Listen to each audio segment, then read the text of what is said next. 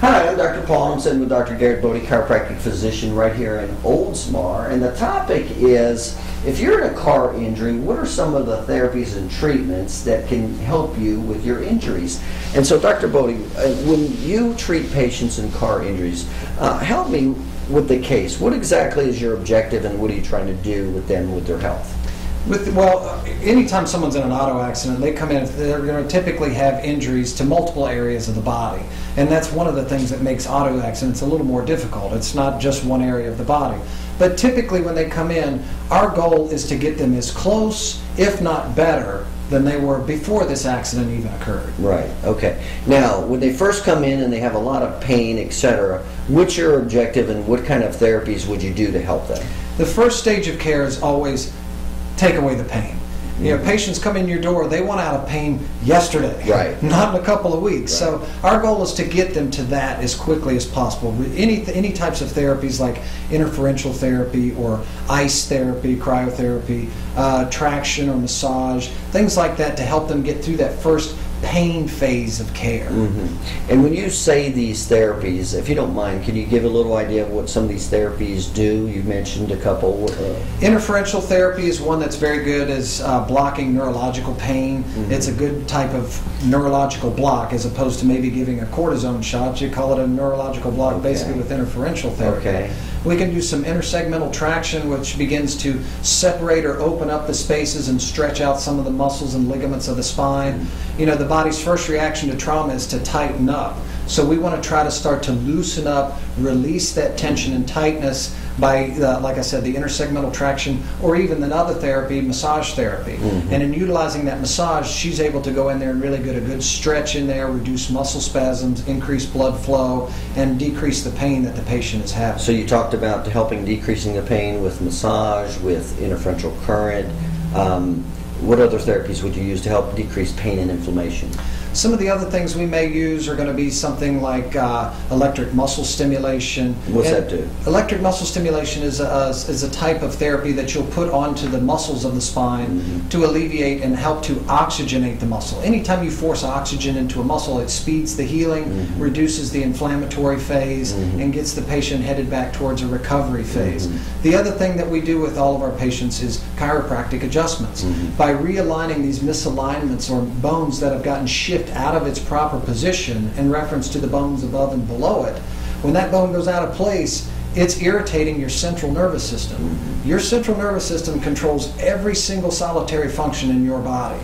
Heart, lungs, liver, kidneys, muscles, ligaments, and tendons. If those things aren't functioning properly, your whole body isn't going to function properly. So our goal is to get that part functioning as quickly as possible, because guess what else it controls?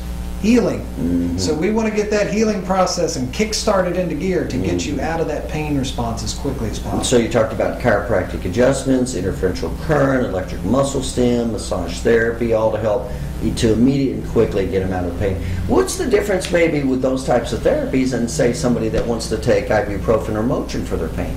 Well, those Motrin and ibuprofen will help. It'll help to reduce pain. But the problem is it's just masking the pain. It's just suppressing the pain response instead of actually healing and helping the body to move forward in the process of healing. Oh, okay. All it's doing is suppressing pain. Okay, now let's say the patient's starting to feel better. What's the next objective that you're trying to do with it? As patients come through, we start obviously with pain care. Get them through this stage of care. At about 4 to 6 weeks, and again, this depends upon the severity of the injury of the patient, but around the 4 to 6, 8 week range, we'll shift the patient to a different type of therapy. Typically that's resistance type therapy, physical therapy, stretching, working on a physio ball, working with the physical therapist and doing some stretching and elongation of some of the muscles, and resistance exercises to help to start to rebuild the strength from these torn and pulled muscles. Oh, okay. So after the pain and inflammation subsides, you're trying to increase their strength and mobility. Correct. And so some of those, okay, I got Getting back to a full range of motion and getting back to something that's going to help the patient not only continue in that reduction of pain, but continuing to the next phase of care, which is the recovery phase. Right. Now, what happens if patients do not get that type of physical medicine? Let's just say they're in the injury, they have these physical injuries, they take over-the-counter pills or pain pills, and they never have any type of physical medicine to help restore them. What happens? I get this a lot, and I'll tell you where I see these patients. They don't come in maybe right then, but 2 years down the road, 3 years down the road, you know, those minor headaches that they were having from that auto accident that they maybe got once a month or once every couple of weeks or so, those episodes or pain episodes start getting more and more. And not only they start getting more frequent, but they start getting more severe each step, to where the next thing they know, this patient has now developed themselves into a permanent injury. And then they come and see us and say, okay, now fix me. We can. But guess what? Your therapy just went from this much to this much, because you've doubled the amount of problems that have built up in the spine over time, because it didn't get better, it festered and got worse and worse, and now we're to a point where you've doubled your period of time to get this same issue to heal. That makes a lot of sense. Is it possible that the person waits so long that they're just going to have a permanent injury the rest of their life? I see that very often. And those patients, when, you know, again, those patients eventually find themselves to us, and it's a very difficult conversation when you tell a patient, you know, look, can you help them? We can help them. We can. But typically what you're going to be doing with those patients is palliative care. Now, that's a big doctor term. It basically means it's just relieving the pain on a continuous basis, because that injury is now permanent in there. It's not something I can fix and make go away, but it's something that I can keep at bay for a certain period of time. And some of these patients we typically see about once every 2 weeks, but seeing a chiropractor once every 2 weeks for the rest of your life is not necessarily something you want to do. You want to try to get yourself healed, fixed, and better so we can get you on your way. Yeah, but you know, I could see a lot of people in accidents, and then, you know, short-term taking pills, and then months and months later, now they have a... And at the beginning, you know, you take these pills and the medication, the human body has an amazing ability to adapt. And it can adapt for so long, and the pain goes away, your range of motion feels like it's where it should be, but the underlying or hidden problem that's hidden in there, it's just this sleeping problem that's waiting to fester and fester, and eventually when it does rear its head, it's usually pretty ugly. So let me understand this.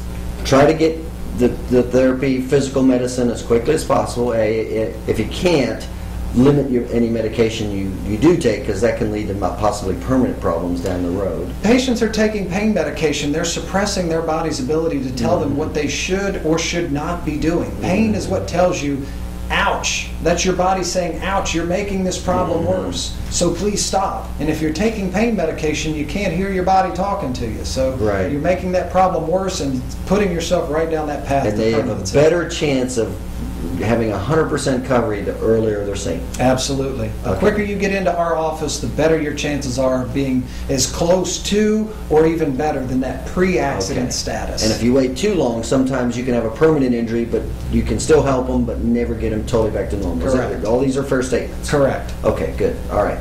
All right, well, very good. And again, we're talking with Dr. Garrett Bode, chiropractic physician right here in Oldsmar, Florida. And if you've been in a car injury, certainly feel free to give Dr. Bode a call.